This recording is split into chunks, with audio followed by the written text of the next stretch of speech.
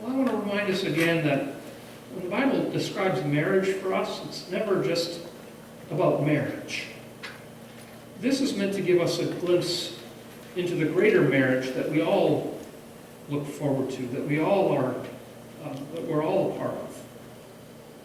This passage is meant to show us and point us to Jesus, who is the true and greater spouse. He's the spouse that we all need. He's the spouse that we all long for. He alone is the bridegroom that can meet our deepest needs and satisfy the deepest longings of our heart.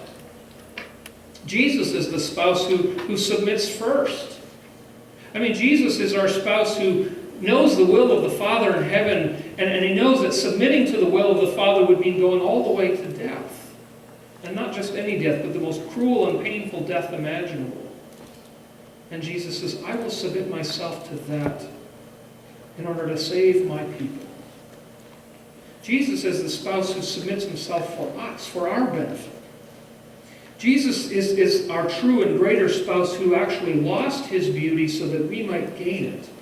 I mean, before all time, Jesus was more beautiful and more perfect in his appearance than anyone else. And yet he sets that all aside, and Isaiah chapter 53 reminds us that Jesus became as one we couldn't even look on because his appearance was so disfigured and so hideous. He took that on. That was the ugliness of our sin, and he took that on. He lost his beauty so that in Christ we might be made beautiful. Jesus is our true and greater spouse who draws all of us into his eternal embrace.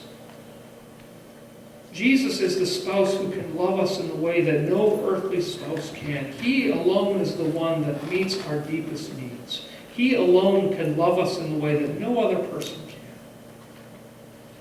And so our marriages are meant to be a reflection of that. And whether we're married, whether we're single, we can seek the love of our true and greater bridegroom. Now, every marriage in this room, every